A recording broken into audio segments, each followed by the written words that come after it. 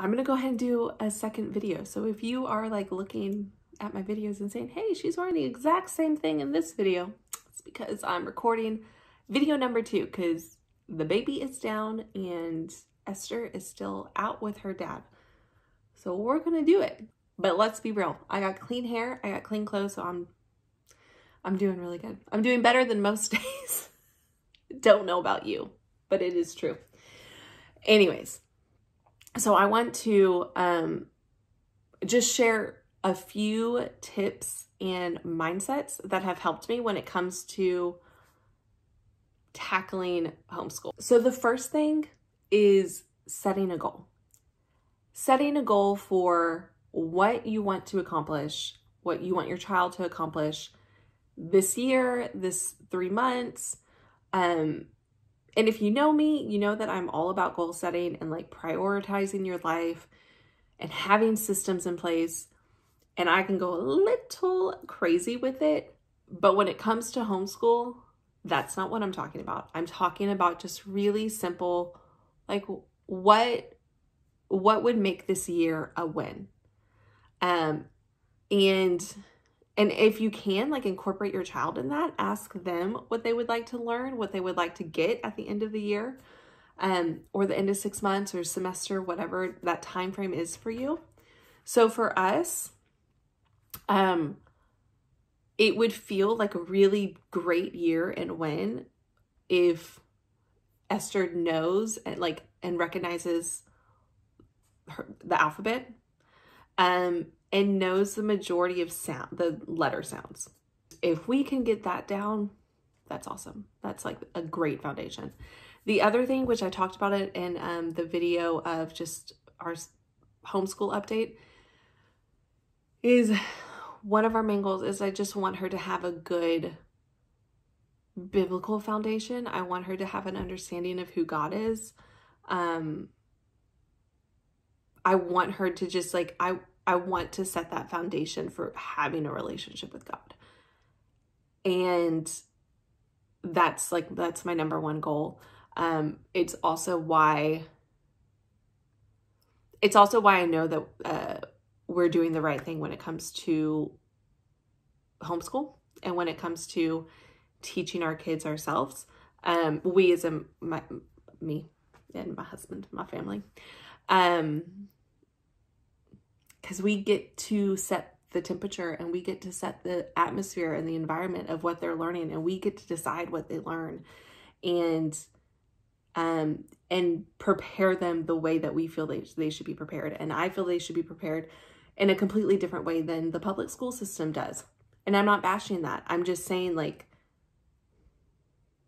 I know what I have been given and like what instructions I have been given when it comes to raising up my children. Anyways, what was I even talking about? Our learning goals. So that was a tangent. Set some goals, just simple goals. Don't go crazy. Don't overwhelm them. Break away from like the mentality of the public school system and that you don't have to have all of these objectives met. Like just really simple. Maybe it's just like to have fun. Like that's another one of our goals is for me and Esther. I just want us to enjoy it. I want her to feel confident that she's capable. I want to feel confident and capable. And that actually leads me to number 2 is to lower your expectations. I know that it can be really overwhelming and even exciting of like looking into all that's out there when it comes to homeschool curriculum and methods and supplies and whatever, manipulatives and games, all these things. And it can be super overwhelming. And I have wanted to do it all. I've wanted to do it all. I want to do this study and this study. We're going to read this book and we're going to do this activity. I've wanted to do it all. And so many times I have to tell myself, Melissa, your daughter is 4. Hold the phone, chill out a little bit, and lower your expectation. Literally, I've had to tell myself, like, your daughter's 4. You have, 10 plus more years of this, 12 years of this. You have plenty of time to do all of those things that you want to do, to teach subjects that you want to teach, to give them experiences that you want them to have. You don't have to cram it all in this year or this semester or whatever your schedule is. Lower the expectation. You have time, and don't try to cram it, because if you try to cram it all in, it's going to be a hot mess. You're going to be exhausted. You're going to be stressed. It's not going to be the experience you want it to be. Like, start slow and add things in when it feels right and when you have the space for it. So that has been really like a huge help for me of keeping that perspective. Your daughter's 4. Chill. And then the last thing, not the least, but the last thing is just knowing, like, you were chosen for your kids. You actually are their first teacher, whether you realize it or not. They learned how to talk. They learned how to walk. Like, they learned from you first. And you have everything in you to raise them up the way that they're supposed to be raised up. And so I think we just live in a world where we have given away so much power, and we have given away like our ability. I could go on a tangent. I'm going to hold it in. Maybe. We've just given away, for the sake of convenience, we've given away our power. You can look at it when it comes to food and groceries. Nobody really knows how to grow food anymore because we have stores, and it's a huge convenience and it's a blessing, except when the stores run out of food. And now we don't have the skill set or the knowledge to feed our family. And I think the same way in terms of raising up and educating our kids. And I understand, like, if you're watching this and you don't homeschool, this is no shame. Like, there's no judgment. Every family is called to different things, and every situation is different, and there's no judgment.